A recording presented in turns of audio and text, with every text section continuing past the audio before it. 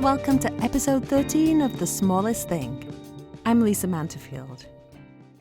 I can't exactly say I've been bored during lockdown, but I'm definitely feeling the monotony of one day running into the next without change.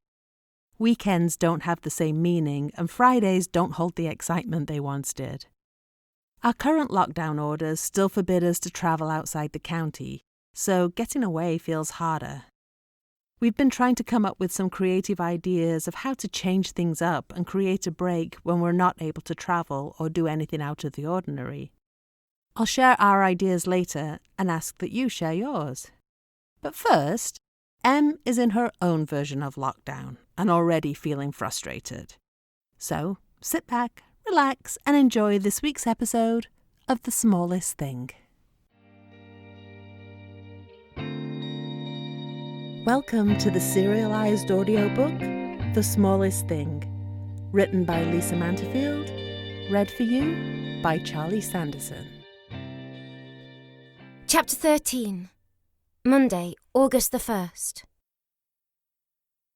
In the bottom of Alice's toy box, I find my old Super Ball wedged under a doll that long since fell out of favour. A couple of bounces on the hardwood floor lets me know it still has enough life left in it to serve its new purpose. I take up my position on my bedroom floor, back pressed against my bed, and take aim. The ball arches from my hand, hits the bare wood floor just beyond the rug, bounces against the closed door, ricochets back with a final thud off the floor, and right back into my hand. I haven't lost my knack. Off it goes again. Thud, thud, thud, catch. Thud, thud, thud, catch. It takes about 3 minutes for my plan to take effect. "Emmett!" Dad yells up the stairs. "Cut that out!" 2 more rounds and I stop. I've succeeded in expressing my annoyance to Dad. Now I have to come up with a way to spend the rest of my day. I try to work on a new mosaic, but my heart is no longer in creating when everything around me is dying. I was supposed to start my new job today. I should have been stocking the fridge with drinks and collecting empty glasses, unpacking my boxes at home, going to bed tonight with Ro. But no. That dream is all in my past now. Big thanks to Ro and Will, and yes, my dearest father. Dad and I have skirted one another for the past 24 hours. My father isn't usually what people refer to as a man of few words, but he's managed to make an exception for me. He's been kind enough to let me know that he doesn't approve of my fraternising, his words, with Aiden, although it's not clear whether it's because Aiden is one of them or because he just can't stand the idea of his daughter in the company of any other male. He's reminded me that this isn't a game, this being the quarantine, as if I haven't already worked that out for myself. I'm not exactly sure what he thinks Aiden and I were up to in that trailer, but I decide that his punishment for fraternising has got to be less than for attempted escape, so I don't bother to defend myself. Dad has quarantined me within the quarantine and committed me to his version of house arrest. "I'm not trying to be an ogre, Emmett," he told me. "I'm trying to keep you alive." Still, I'm convinced he finds some pleasure in keeping me prisoner, and the only revenge I can come up with is my Super Bowl annoyance and making him field Mum's calls. Honestly, though, both are already losing their sweetness. According to what Aiden showed me on the model, I have a week before this thing sees a turn, and then another month before I'll know I've survived. Now that we know for sure this thing is a virus, and that it's contagious, staying away from other people seems like a good idea. But, looking around at the 4 walls of my room, I am almost as worried about going insane. I sent a text to Deb, filling her in on the events of the previous 24 hours, and giving her an update on my relationship status. Whether Ro was a chicken or an idiot, the end result is the same. "It's over," I tell Deb. "Never liked him," she writes, when I tell her about Ro's part in my failed attempt. I know she's just being a faithful friend, but I still can't believe what he did. I had fooled myself into thinking Ro was different, that his swaggering rebelliousness made him more like me. But in the end, he turned out to be just like everyone else. I can't help but wonder if he would have had the courage to go to London. Now I'll never know. Changing the subject, I tell Deb about Aiden and the virus model. No word on transmission, she asks. You mean how we catch it? No, not yet. If it's airborne, we're done for, she says. Keep your mask tight, wear gloves, watch for nicks and tears. If you get a cut, keep it clean and protected. Viruses love bodily fluids. Have you got vinegar? Probably. Sarsons for fish and chips. Use it. 4. Sterilisation. Make a solution and dip your hands. Use it as a mouthwash too. You should try rinsing your nose out with a saline solution as well. Just keep yourself clean. Same for the house. Bleach is your friend. Deb is scaring me more than anything else I've heard so far. My friend is not prone to drama, so her warnings hit like spikes, each one stinging with danger. Suddenly, I feel sick. I scan my body, imagining the virus swirling around me, looking for a way in. I can picture it mixing with my blood to create beautiful patterns, a Jackson Pollock swimming through my veins. I grab a mask and press it against my face, willing my breathing to still to shallow sniffs. All that does is make me dizzy. I'm scared. I want to pretend I'm being brave, but I can't. I wish I were more scientific, like Deb. I wish my brain would organise the facts and come up with practical measures it could take. Instead, my brain creates nightmare images. But I can't let it take over. I have to stay alive and, scared or not, I need to take every bit of Deb's advice, anything I can do to stay alive. One more thing, Deb adds, and I brace myself for more bad news. Go back to blonde. You look weird as a brunette.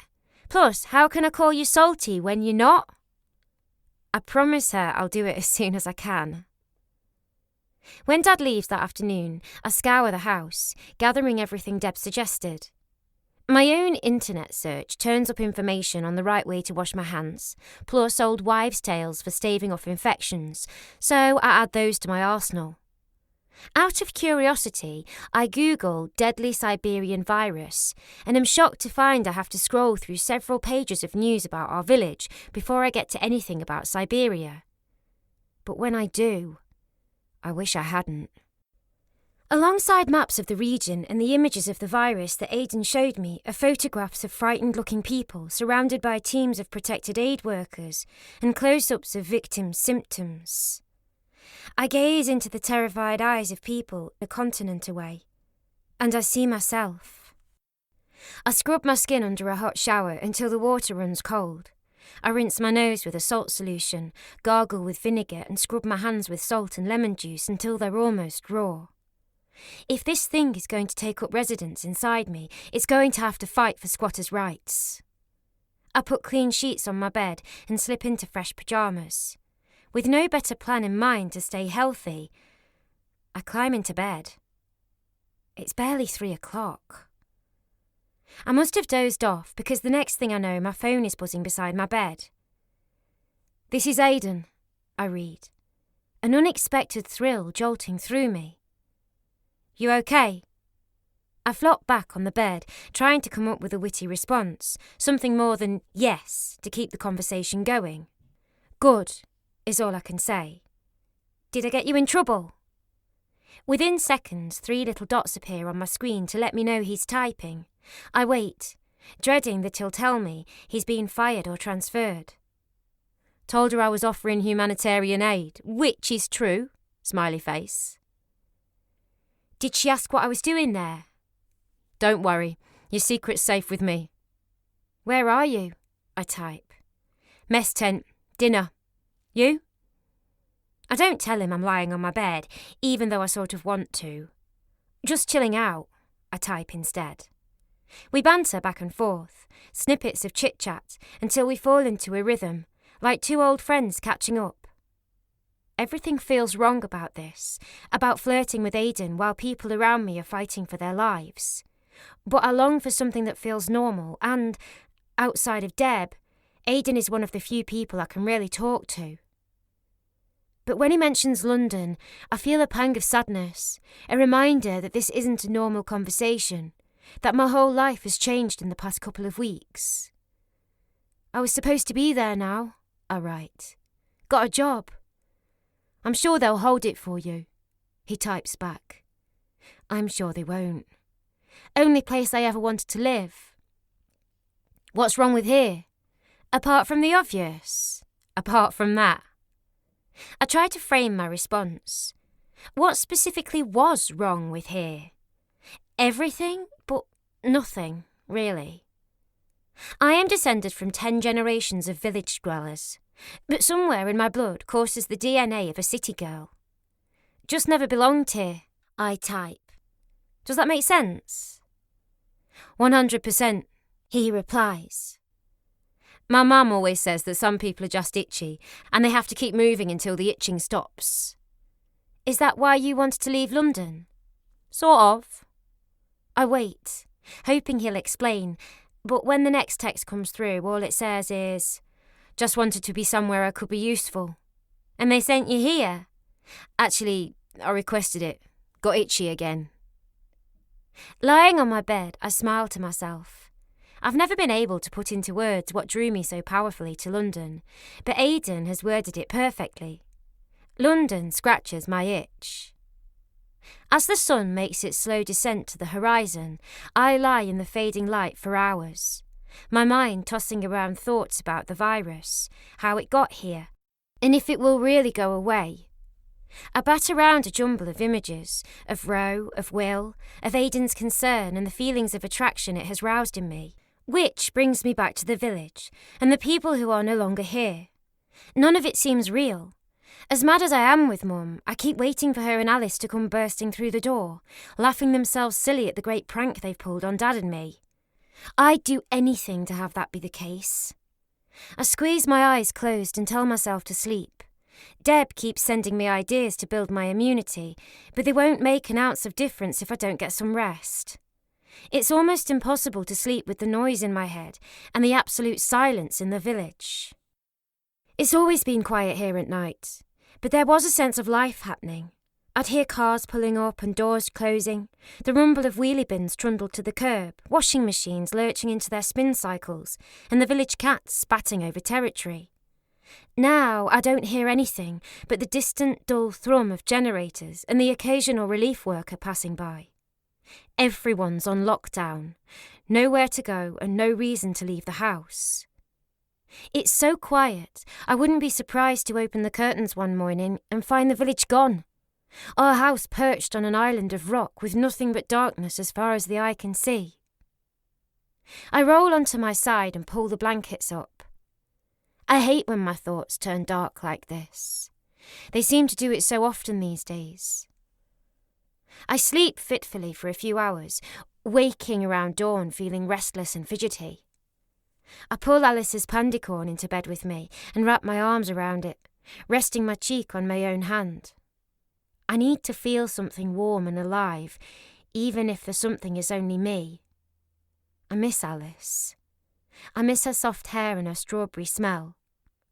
I think of all the times she'd want to get in bed with me and I'd be irritated by her wriggling and the heat she gave off. I'd give all the pandycorns in the world to have her cuddling with me now, innocent, unencumbered love. Except I wouldn't. I would not want her to see us like this, for her to be in danger. Better that she's away.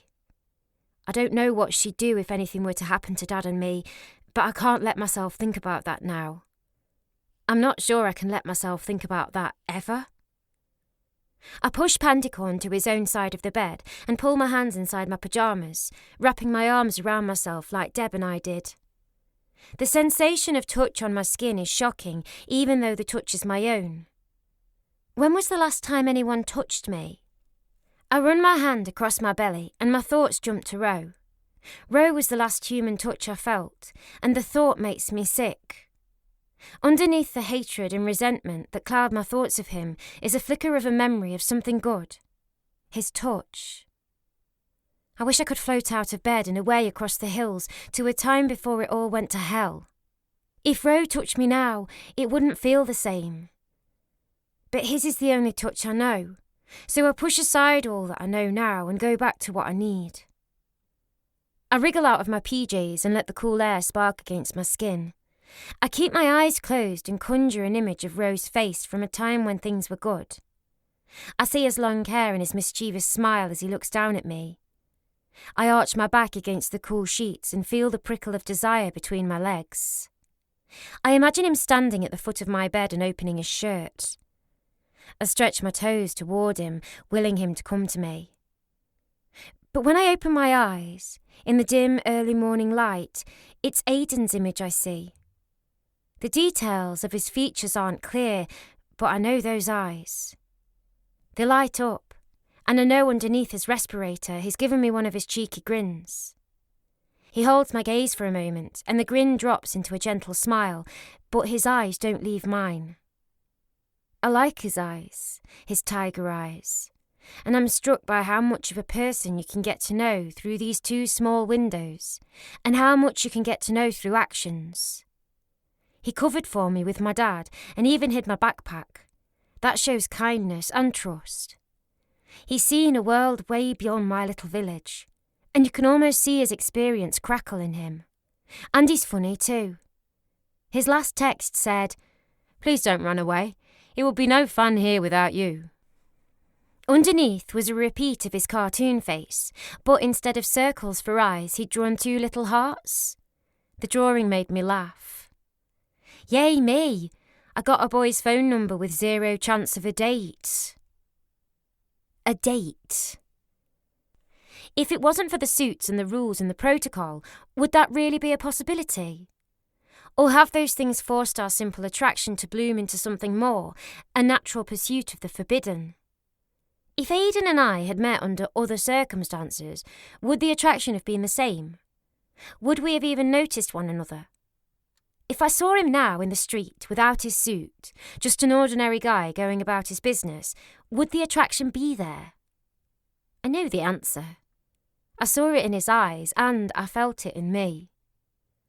I wish I could see you without that suit, I think, and immediately my face burns. I meant I want to see him in normal clothes, in a normal situation, but now that the thought of a suitless Aiden has popped into my mind, I can't seem to erase it. I close my eyes again, sweeping his image aside with reason after reason for why he doesn't belong in my head. The thoughts collect in little piles of jumbled memories and ideas. For a second, I admire my handiwork in cleaning up my mind, until I sense an unfamiliar gnawing in my bones, urging me to see what's really there.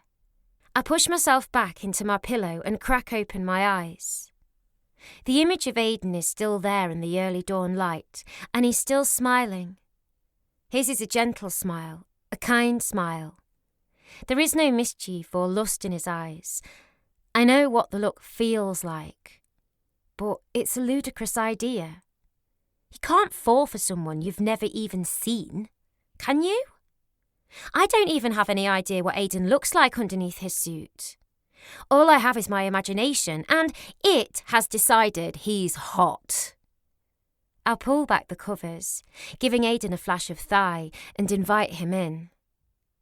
I'm sure those suits take ages to get into and out of, but my imagination has gone for the quick release version, and in a matter of seconds, Aiden is moving toward me and climbing into the bed. His body is perfect. Of course. Tight chest, taut abs, sculpted arms that fold easily around me. He has freckles across his shoulders. My imagination has decided. So I kiss them, one by one. He runs his hands over my body, the thing I've so longed for. And in a moment we're pressed together, and he is kissing me like I've never been kissed in my life. His kisses start at the lips, like any other kiss. But they shoot tendrils of sparks down my body until, I swear, they make my toes ache. I melt back into my pillow and wrap my legs around his, feeling the scratchiness of his rough hairs against my smooth calves. This, I think, is what it's supposed to feel like. This isn't lust or rebellion or even an escape. This is something different, something new to me. He buries his face into my neck and I hear him murmur, "Emma." "Aiden," I whisper back. I love the way the sound of his name barely touches the backs of my teeth. It's a sensual name, so I say it again. Aiden. In the silence, I listen to his breath against my ear, his skin against mine, and I wait for what I know and want to come next. "Emmett," he says, and I hear a change in his voice. "Emmett!" The sound is not coming from my room, it's coming from downstairs, but getting closer. My eyes fly open and Aiden vanishes. "Emmett!" It's Dad. I dive out of bed, grabbing my pyjamas and tripping into them as I run to the door. What was I thinking? Fantasising about strangers when my neighbours are dying? There's no time to grab my robe, but I don't need it. I'm already wrapped head to toe in a blanket of guilt and shame.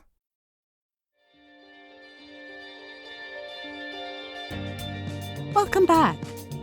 A few years ago, Mr. Fab and I needed to get away. For some reason, though, we weren't able to travel. So instead, we took a staycation and went to Greece for the weekend. We brainstormed all the things we could do locally with a Greek theme and made an itinerary. We went to the Getty Museum in Los Angeles, where we lived at the time, and only went to the rooms with Greek art and artifacts. We made reservations at a Greek restaurant not too far away, where we ate entirely too much Greek food, drank Greek wine, and enjoyed Greek dancing. Oppa! The next day we went to the beach and had a lunch of fresh peaches, feta cheese, and bread, something I recalled doing when I visited Greece as a teenager. At home that evening, sun-kissed from an afternoon outdoors, we made a platter of Greek appetizers and watched Shirley Valentine set in the Greek islands. As corny as it sounds, we ended up having a really fun weekend, and it did feel like a break from our usual routine. At the moment, though, the museums are closed, restaurants are offering limited service, and Greek dancing is not something that can be done while social distancing. So we're looking for a way to create a break. We're going to take a few days off and visit some of our regional parks. We'll take a picnic, go for a walk, and explore some new outdoor areas. We're thinking we might also do a themed evening, say, with Italian food and a showing of The Godfather. Our local movie theatre owner has partnered with the Performing Arts Centre to create a pop-up drive-in movie theatre in the parking lot. So going to see a big blockbuster, even an oldie but goodie like Raiders of the Lost Ark or Jurassic Park, will make it feel like summertime. If you've found creative ways to take a break during lockdown and feel like you've been able to get away, I'd love to hear how you did it.